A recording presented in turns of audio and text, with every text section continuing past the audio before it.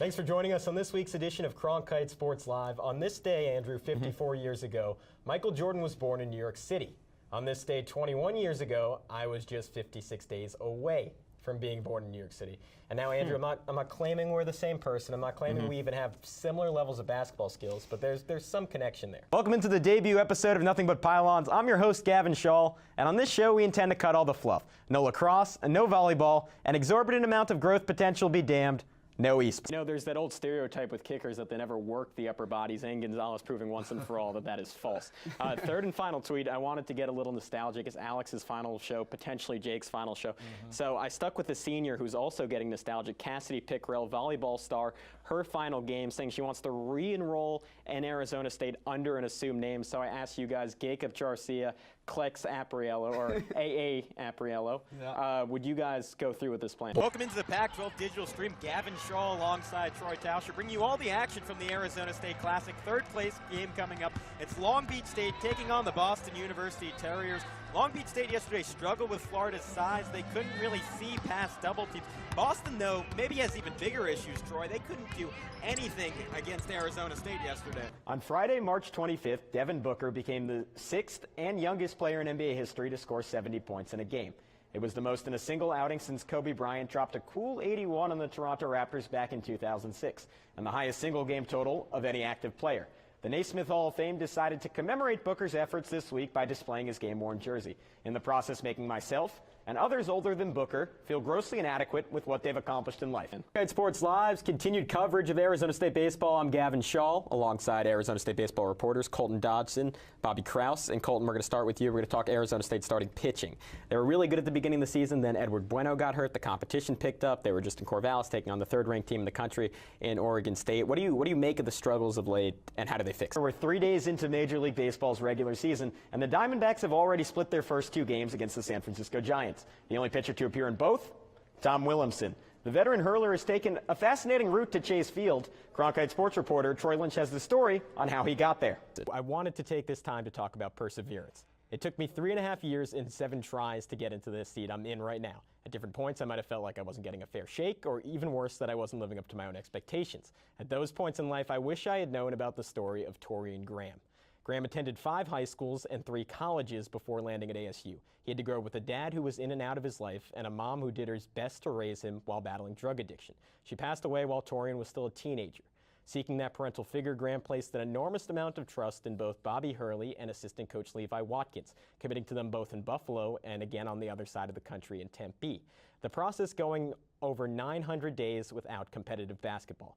In the heart of Pac-12 play, when Graham should probably just be getting into the swing of things, the sweet shooting senior is instead the second leading scorer in the conference.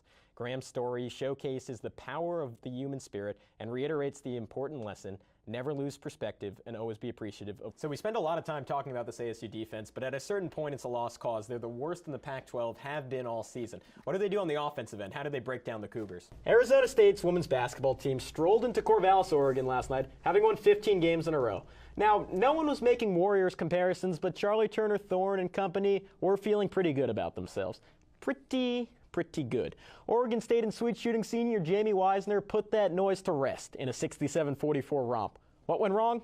Well, that's a little bit above my pay grade. Fortunately, we have Hoops PhD Chaz Frazier in studio to break it all down. Now, Arizona State, a senior-laden group, they were playing the best basketball of their careers. Then they go into Corvallis, just get blown out. What happened? And let's roll number 2, that weird stick sport right here. Arizona State down by 1. That's a pocket pass. Zach Handy puts it away to tie up the game against San Diego State. But wait, still 15 seconds on the clock. Handy wins the face-off, doing his best Marshawn Lynch impersonation. He doesn't care about defenders. He's fueled by Skittles. Taste the rainbow. So what I'm hearing from you, Chaz, is that this was a little bit of Oregon State playing over their heads and Arizona State having their worst game in a couple of months. That being said, when a team has a 15-game winning streak, it has a tendency to cover up flaws that Suns general manager Ryan McDonough said that the blame was more on himself than it even was on Hornacek, which raises the question, why wasn't Ryan McDonough fired too? This is the latest reminder that in the NBA, you're only as good as your talent. And that Jeff Hornacek was fired because after injuries, his team didn't have a lot of it. Arizona basketball, as we welcome you back into T-Mobile Arena. Gavin Schall, Braden Bell here, bringing you all the action for Blaze Radio. The Wildcats with it, down by 3, a packed house here in Las Vegas, semifinal of the Pac-12 tournament. Berth in the championship on the line against the Oregon Ducks. Wildcat basketball, Alonzo Trier, he already has 7 halfway through half number 1. Throwing it left side to Kadeem Allen, who calls for a pick from Lauri Markkanen. Markkanen catches, open for a second, can't give him that space, he hits it. How do you say money in finish? Some compare him to Dirk Nowitzki. I think it's completely fair. The guy can do it all, whether it's dunking or hitting threes. He is fabulous. Lonzo Ball taking a pick from Welsh, couldn't corral the pass from Ball. That's been a problem the last 2 games. Lonzo a couple more turnovers than you're used to seeing him commit. He's just very amped up, puts a lot on those passes velocity-wise, and Welsh, he has soft hands, not soft enough that time. So it's Jackson Cartwright and Holiday doing battle on the other end. Markkanen, he's feeling it. Step back, off the glass and in. Lauri Markkanen, a little bit of everything in his game. Like I just said, I mean, I can keep saying it all night long. He can do it all. That time, a beautiful little runner. And Arizona gets the lead back, 19-17. 9 minutes to go in half number 1.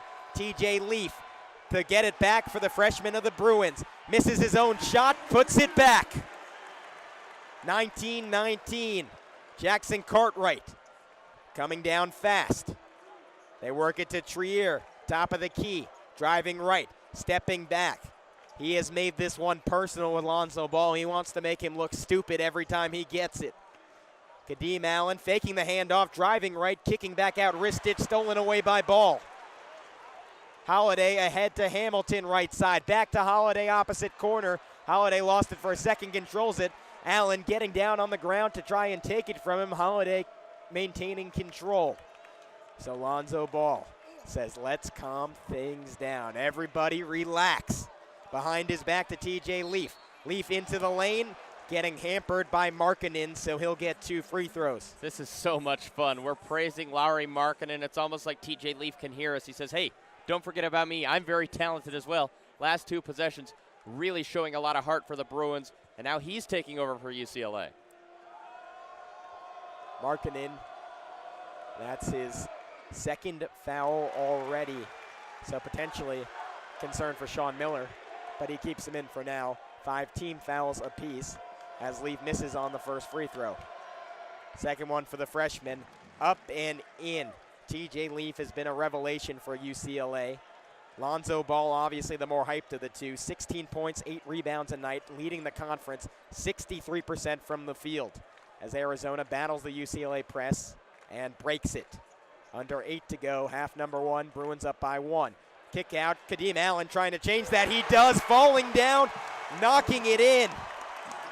Isaac Hamilton ahead of everyone on the other end. Layup, in and out, rebound, Dusan Ristic. Jackson Cartwright comes back, weaving through Bruins. Markkanen spots up. Oh, he airmails it, but it goes off Lonzo Ball. So it's going to be Arizona ball. The crowd would have lost it if Lauri Markkanen could have put that one in. I would have lost it as well. That was a very good look. Markkanen has trouble sometimes airballing it, but this game, it's a flat-out swish so far. So a timeout. We'll take a break as well. Arizona up 22-20 in this back and forth affair. UCLA just 2 of their last 9. Can the nation's best offense get it together? We'll see you on the other side and tell you. Welcome back in the Sin City. A matchup of titans is what we're witnessing. UCLA 29-3 on the year. Arizona, they're not far behind, 28-4. They've each beaten each other once. UCLA, one of the few teams in the country, can claim that they've beaten every team on their schedule since they got revenge on the Wildcats. Arizona ball right now, UCLA in a zone. Markkanen, a cross-court look for Trier. He fumbles it, eventually catches. Doubled in the corner. The Bruins flying around in a way we rarely see on defense. Shot clock running down for Alkins. They work it inside to Comanche. They kick out Kadeem Allen. He'll catch, he'll fire, misses at the buzzer. Rebound Isaac Hamilton. 7 minutes to go, half number 1. Arizona leads 22-20. Holiday looking for Hamilton off a screen. Guarded by Trier. Back to Hamilton, guarded by Allen. They work it. Elbow, right elbow, to Bryce Alford. Now inside to Welsh. He posts up. Holiday, a man in his face, a little long on the tray ball. Trier comes up with it. Comes back down. Taking on Hamilton. Trier steps back, sees a lane, takes it. A lefty finish. And a doubling up of the lead for Arizona. 24-20, 6:30 to go. Alonzo Trier, you give him an inch, he'll take a mile. Hamilton rejecting the screen from Alford. Now fires from the corner. 3-ball in and out. That one should have gone. Comanche the rebound. Allen coming back. The Arizona fans into it. Hawkins thought about the drive, instead kicked to Markkanen. Markkanen works it along to Trier, the most deadly pick and roll in the country in action. Markkanen for three, he hit it! It's all about the fin. Throw him up if you got him. Lauri Markkanen hot. Now it's loud in T-Mobile. Isaac Hamilton stolen by Markkanen. That's how you lose an eardrum. Allen driving Alford. Kicking out. Trier open a couple feet behind the arc. In and out. Markkanen the rebound for a second. Now Welsh comes up with it. Hamilton to Leaf. To Hamilton. Fouled. He made it. Will the shot count is the question. It will. And one opportunity for him. And shutting up everyone in red in the process. He just shut him up for the moment. I don't think they'll be quiet for long. How about that last sequence? That three by Markkanen was made in large part because of an incredible behind-the-back feed from Trier, hitting Markkanen right in his zone where he was already ready to shoot that ball. Beautiful find by Trier. Hamilton completes the and one, cuts the deficit back to 4 and ends the spurt by the Wildcats. But how about Markkanen and Trier? They've combined for 19, almost outscoring UCLA, the fearsome Bruins by themselves. Comanche into the game for Markkanen, sets a screen. Kobe Simmons driving right, thinking better of it. Back out to Jackson Cartwright, slips a pass to Pinder. Pinder attacking Leaf, Leaf rejecting it. Pinder gets his own rebound and he's fouled up by either Welsh or Ball. He's got swatted twice. Leaf swatted him once, then Ball got him. He still stayed with it, and then he was eventually fouled. Great job by Pinder. Once again, another guy that doesn't get a lot of time out on the floor, only averages 2 points a game, but making his presence felt right now.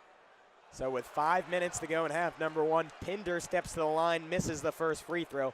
The last time these two teams met in Tucson, Pinder the difference in half number one. Sean Miller giving him all the credit for turning that game around. His activity does not go unnoticed by his head coach, but his poor free throw touch keeps him off the floor more often than not. 0 for 2 there. Arizona still up by 4. Isaac Hamilton gets it, coming off a screen, driving middle, finding Alford. Kobe Simmons there to guard him. Alford fading away, swishes it. Utter perfection on the shot for him from Alford. 27-25 is the Wildcat lead. Simmons takes a pick from Pinder, throws it to the opposite wing to Jackson Cartwright. Comanche posting up on Welsh, turns one way, then the other. Welsh doesn't care, he'll block him either way. Hamilton nearly double dribbling, now he loses the basketball. Leaf gets it back, acrobatic, spinning around. Comanche rejecting him. Jackson Cartwright coming back down left alley. Over to Kobe Simmons, steps back, slows things down just for a second though. And then the machine starts up again. Over to Alkins, 3-ball, just missed it. Pinder fighting for a rebound with Leaf. Jump ball, who's gonna come up with it? They're calling it a tie-up, going the way of the U, hence the chance. Nope, they called UCLA basketball, indeed a foul on Keanu Pinder doing battle with Thomas Welsh. But oh my God, that last sequence, incredible. Leaf, an acrobatic move, spinning as he barely had the ball. The UCLA fans were ready to explode. Then he was swatted away and the Wildcat fans took over. Everybody on their feet, everybody loving this incredible performance by both teams here. So that's the 7th team foul on Arizona. Leaf goes to the foul line. A 1-and-1 opportunity. The 68% free throw shooter. Nylon on the first attempt. Leaf is well trained. His dad played professional basketball in Israel for 20 years, and he taught him always make your free throws. 2 of 2 for TJ Leaf. And with 4:13 to go in half number one, Braden, I feel like we wasted 16 minutes. We're not any better than when we started, 27-27. Suns wanted a first-round pick for P.J. Tucker, but as the deadline got closer, they realized that ultimately wasn't going to happen. Instead, they took what they could get. For the Toronto Raptors, they get another weapon in their arsenal for a cheap price. For PJ Tucker, he finally has a chance to win a few games. And for Cronkite News, I'm Gavin Schall. See how him and Justin Jackson feel in some trouble play. Yeah, Barry struggling with 2 ankle injuries, just 2 of 12 on the night, missed those 2 big free throws. But hey, it helps to have a giant 7-footer named Kennedy Meeks. For Zane Hopen, I'm Gavin Schall. Keep with Blaze Sports for continued coverage of the 2017 Men's Final Four. Napier and Newsome are clearly confident where the quarterback position is at, well, today. That being said, it's not all fun and games. For the offensive coordinator, you have to figure out the perfect way to allocate reps. For the receivers themselves, you have to get used to catching passes from different types of throwers. The narrative coming into the 2017 National Championship game was that of the ultimate blue blood against the ultimate Cinderella, but it ended up being one of redemption and resiliency. Joel Berry finished with 22 points and 6 assists, despite playing on not 1, but 2 bum ankles, and a Final Four Most Outstanding Player trophy to boot. But it was Kennedy Meeks who was a real story of resiliency. The man weighed 320 pounds as a freshman, and was often yelled at by coaches for sneaking desserts in his compression shorts. And yet he made the game-saving play tonight on the biggest stage imaginable, blocking away Gonzaga's All-American Nigel Williams-Goss and setting up a dunk for Justin Jackson on the other end that extended the Carolina lead to 5 in the closing minutes and all but sealed this one up. Gonzaga had moments of resiliency of their own, but as it always is in April, there could only be one shining moment. In Glendale, for Blaze Radio, I'm Gavin Schall. Despite being the best player on the team most famous for producing NBA talent in college basketball, Tyler Ulis still wasn't a first-round pick. That's because he was the second shortest player in the 2016 NBA draft, in addition to being its lightest. But Ulis's measurables might just be a blessing in disguise. It led to him playing right here in Phoenix, and it gave him an opportunity to join in a backcourt with his best friend, Devin Booker. We didn't think it would happen like this, but when we were being recruited in college, we obviously wanted to go to the same college. We took our visits together, and he left a year before me. I fell in the draft the next year, and he was a big reason they drafted me, and I'm happy to be here. Over the first 4 months of the season, Tyler Ulis averaged under 15 minutes a game. But now that the rookie's getting consistent playing time, he's also getting consistent results. Over his last 10, he's up to 15 points a night, in addition to 8.5 assists, and a 3-to-1 assist-to-turnover ratio that ranks in the top 12 marks in the entire league. But that's nothing new for Tyler. He's always been smart with the basketball. That's something I've always had. My IQ and my pace to the game is something that's been good for me all my life, and something I really take pride in. But this is something I had to get used to in the NBA because it's a faster game, and coming in playing small amounts of minutes, it's a little hard to get that rhythm. But now that I'm playing a lot more, it's a lot easier. Perhaps the most impressive part of Ulis's recent run is the competition he's had to do it against. Point guard is the NBA's deepest position, and Ulis has gone against the cream of the crop of late. Over his last 5 games, he's taken on stars such as Chris Paul, Damian Lillard, Steph Curry, not to mention the NBA's triple-double king himself, Russell Westbrook. But according to Ulis, the competition has only made him stronger and helped him adjust to the NBA faster. In Phoenix, Gavin Schall, Cronkite News.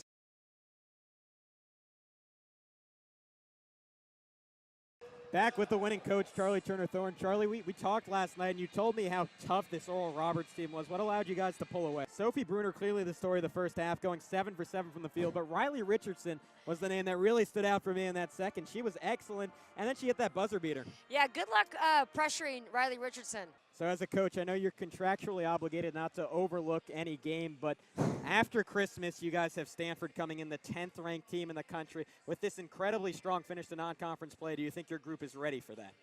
We'll be ready. All right, so a great pitch from Charlie Turner-Thorne for fans to come out, and a great effort for Sun Devils. They win their 6th game in a row. For Ashley Elliott, for Charlie Turner-Thorne, for myself, that's it from Wells Fargo Arena. Thank you for tuning in.